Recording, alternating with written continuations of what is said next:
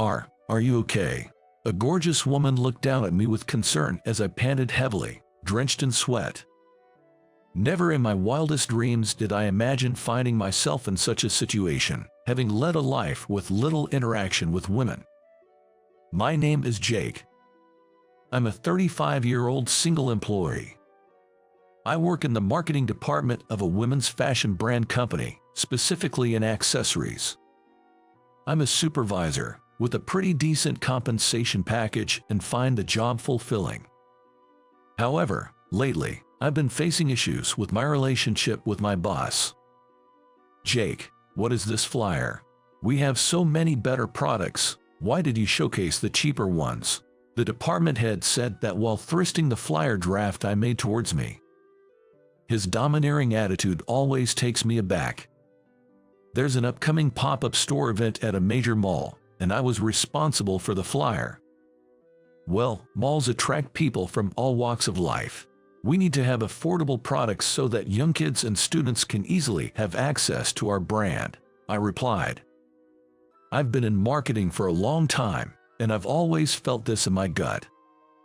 To pique the interest of folks from all age groups, we first need to lower the barrier to entry. However, the department head is always fixated on maximizing profits and has always strongly opposed my approach. He insists that the flyer should target only the affluent and not students who won't spend much. He then threw the flyer draft I made on his desk in frustration. I held back my sigh and decided to redesign the flyer. I had no choice but to follow the orders of my superior.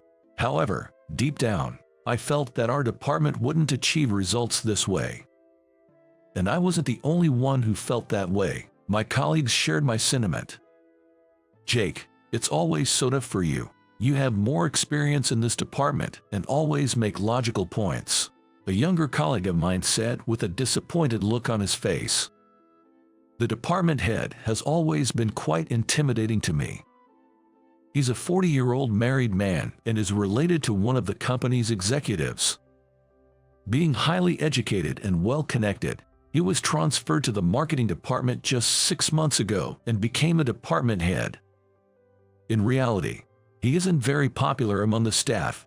Most of the employees respect me more since I've been in the department for much longer.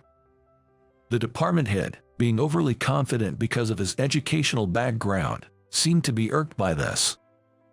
He always tried to take initiatives to showcase his abilities, but they hardly ever turned out well, causing disruptions. He always criticized me, as if to vent his frustrations. You are still single, a leader should have a stable family life, but I guess that might be difficult for someone like you, he often mocked, looking down on me for being single. It's true that I'm not the kind to attract a lot of female attention, and I've never been in a relationship. Frankly, I was tired of dealing with a boss like him. But I never once thought of quitting. I have strong emotions tied to this job. The reason I got interested in accessories was because of my older sister, Sarah. Jake, what happened? Something wrong? Yes, sis. I get bullied at school again. I was often bullied during my middle school years, and I would often cry at home. When I was a kid, I was slow in my movements, and that made me a target for bullying. I was bad at sports, struggled with studies, and to top it off, I was a crybaby. I really hated that about myself. Jake, cheer up. There's something special about you, Jake. Look, I'm giving you this. And she gave me a bracelet made of power stones. The bracelet, with its tasteful color combination, shone brilliantly and caught my eye. You're giving this to me? Yes, I picked out tiger's eye and quartz from my collection to make this bracelet. You made this especially for me. I had fun making it with my friends. Don't you feel happy when you give something special to the ones you love? Sis, tiger's eye will give you courage, and quartz will purify your heart. They'll always be there to support you, Jake. Your kindness is also your strength. Believe in yourself. She said it with a warm smile. That comforting word and smile, I can't even begin to tell you how much they saved me. Thanks, sis. I'll do my best. Feeling empowered by that bracelet, I changed my mindset the very next day. I put in my best efforts, slowly overcoming my weaknesses. While there were things I still wasn't good at, an unfounded confidence like I can do it too rejuvenated me. School, which used to be just a daily grind, became something I looked forward to. Before I knew it, many friends started to gather around me. No one dislikes a person who's always happy and smiling. Gradually, even those who bullied me began to drift away. A smile has the power to uplift everyone around. I realized this thanks to the bracelet my sister gave me. My sister passed away from an illness when I was in high school, but I'm forever grateful to her. She was so compassionate and loved by everyone. If I ever pass away, I want Jake to have my collection. She left behind her collection of power stones and beads for me. The box was filled with shimmering gems, and each piece brought back memories of her, moving me to tears. She often said, "Someday, I want to open a jewelry store with friends." She must have wanted to convey her feelings to many people through jewelry, just as she had done for me. It was such a dream befitting of her. Inheriting her dream, I entered the same industry. I take off the bracelet she gave me during work, but it is still my most treasured possession. Whenever I faced challenges at work, that bracelet would uplift me. The sparkle of the power stones seemed to mirror her comforting smile. Even when things aren't going well, if I give it my all, things will surely turn around. I kept a positive outlook, dealing with the stress I faced from my boss. Life was a routine between home and work, but one day, I found myself caught in an unexpected trouble. Well, I better get to work early. To prepare for the meeting in my department, I left home an hour earlier than usual. Honestly, if I went to the office at the regular time, I'd make it just fine. But on meeting days, my supervisor, the department head, always makes unreasonable demands of me. Right before the meeting, he might suddenly ask for additional documents or say things like, "It's expected that you come in before me." Feeling pretty down, I was on my way to the office when I suddenly heard a woman scream, "Help, please stop." The voice came from a narrow alleyway between two buildings. I quickly ran towards the voice. There, I saw a stunning woman in her late 20s being harassed by two thugs. "There's no need to be so scared. Come on, have some fun with us." Saying this, the thugs tried to get closer to the woman. Unable to stand by and watch, I quickly positioned myself between the woman and the thugs. Both the woman and the two thugs looked shocked at my sudden appearance. "Who the hell is this guy? She's clearly not interested. Back off. Who do you think you are?" Standing in front of the larger thug, I was internally freaking out. I was terrified. But I couldn't just look away. Due to the tension and pressure, I started sweating profusely. Are you okay?" she asked, looking deeply concerned. "Don't worry about me, just go. Hurry." Never in my life, where I've had little interaction with women, did I imagine I'd find myself in such a situation. After ensuring the woman escaped safely, I confronted the thugs again. "You've got some nerve. We won't let you go." Yelling this, they swung their fists at me. I tried dodging but took a few hits. That said, I can't just retaliate here. Doing that would only further provoke them. Someone reported the commotion, and the police rushed over in a patrol car. The moment the delinquents heard the siren, they took off in a panic. I had to give a statement to the police, and as a result, I ended up being nearly an hour late to the meeting. I had called the company beforehand to let them know about the situation, but as expected, my manager, the department head, was fuming. "You were late to the meeting because you were helping a strange woman from some thugs. Seriously, Jake, get your priorities straight." Seeing this, department head slammed his desk with great force. It was as if he was making an example out of me for the other employees. Everyone watched with concern, wondering what would happen next. For my part, I had no regrets about helping the woman. I felt I did what any decent person would do. But the department head kept blaming me. If you want to be forgiven, seal the deal with this boutique. This deal was the one that the department head messed up recently. Apparently, during the presentation, there were numerous errors in his documents. 1 or 2 errors might be forgivable, but too many will certainly tarnish one's professional reputation.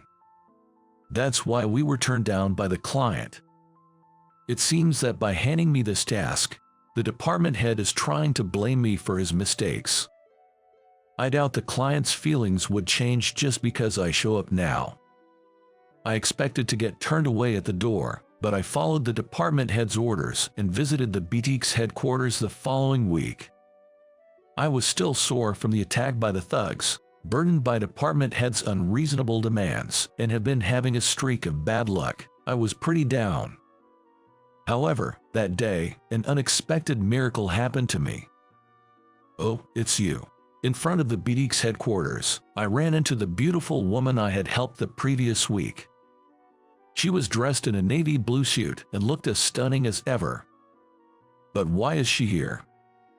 Thank you so much for helping me the other day. I've been wanting to thank you for a while now. She said it, giving a polite nod. It's okay. I'm just glad you're safe. I reported the incident to the police, and they were able to identify those thugs. That's great news. Thanks to you, no one else will be victimized by them. I'm honored to hear that. By the way, are you here for some business with our company today? I was taken aback by her mention of the company.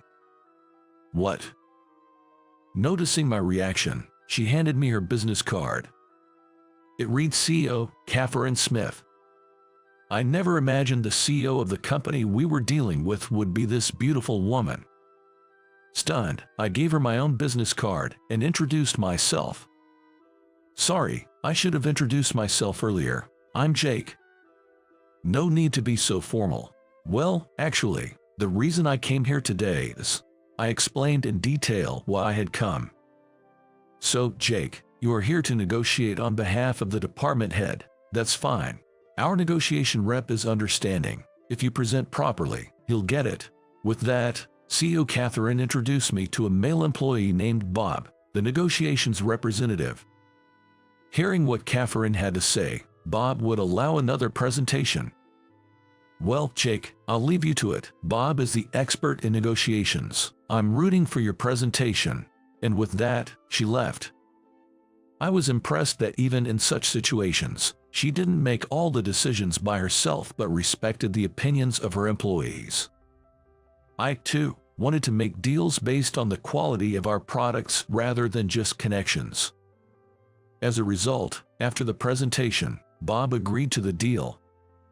Jake, your presentation was excellent with detailed explanations. Thank you.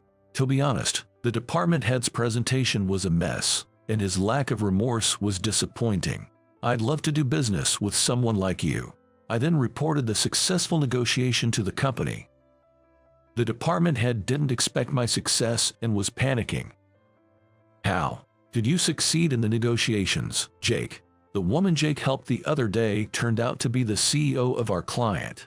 Wait, the CEO? The department head and I were surprised by a sudden appearance of our company CEO, who is rarely in public. The CEO smiled at me and began talking. I heard about your great work from CEO Catherine. You saved her without thinking of her own safety and excelled in the presentation. Catherine praised you a lot. What? The woman Jake helped was the CEO. The department head was shocked by this revelation. But a few days later, something even more surprising happened. One day, I came to the office, and the department head's attitude was oddly subdued. Usually, he's full of sarcasm. While I was working, still feeling puzzled, I was suddenly called to the CEO's office. Nervously, I headed there, and the CEO greeted me with a smile. Jake, you did great work. I'm thinking of appointing you as the head of the PR department. Me, the head of PR? I was shocked by the CEO's words. The PR department is the star division in our company. Normally, employees over 40 who have excelled in their respective departments get appointed there. To think I'd be chosen for such a prestigious department, but the CEO seemed really keen on recommending me. I was just considering some staff changes. The other board members also feel you'd be perfect for the manager role, Jake. Given such encouragement, I wanted to live up to their expectations. With the next staff reshuffle, I became the youngest public relations manager in the company's history. This promotion came with a significant raise, and the manager no longer treated me unfairly. Things were truly looking up. All of this was thanks to CEO Catherine. She truly was my lucky charm. Just as I was thinking of expressing my gratitude to CEO Catherine, she reached out to me. I was thinking, as a thank you for the other day, maybe we could have dinner. I gladly accepted her invitation, and we dined at a French restaurant. The restaurant had a lovely atmosphere, and Catherine, dressed elegantly, looked radiant. But during our conversation, I was surprised to learn she was 36, just a year older than me. I thought you were still in your 20s, CEO Catherine. Turns out I'm older than you. You must be disappointed, huh? She chuckled adorably. As I raised my glass to toast with beer, she glanced at my wrist and gasped, that. It seemed she noticed a bracelet peeking out from under my cuff. Oh, this, my sister gave it to me. I don't usually wear it, but today I just felt like wearing it. As I said this and showed her the bracelet, CEO Catherine went stiff. I looked at her, puzzled, and out of CEO Catherine's mouth came the most unexpected words. Is that Sarah's? You know my sister? Yes, because Sarah and I made that bracelet. Hearing this, we looked at each other in astonishment. Right. I vaguely recalled my sister referring to her friend as Catherine. It had been so long, my memories had become hazy. Taken aback by this unexpected connection, we spent our dinner sharing memories of my sister. Sarah was truly a wonderful person. Maybe meeting you, Jake, was a fate. I felt that deeply too. There was a special bond between CEO Catherine and me. We exchanged glances, silently understanding and feeling each other's emotions. Even without words, it was clear that love was blossoming. From there, things quickly fell into place and we started dating. After a year of dating, we decided to get married. On our wedding day, Catherine wore a unique piece of jewelry. This is something Sarah had designed especially for her wedding day. It suits you very well. Thank you. Wearing this makes me feel like Sarah is still with us. The meticulously designed piece continued to shine with memories. Feeling the magic of such jewelry, Catherine and I held hands and walked into the venue.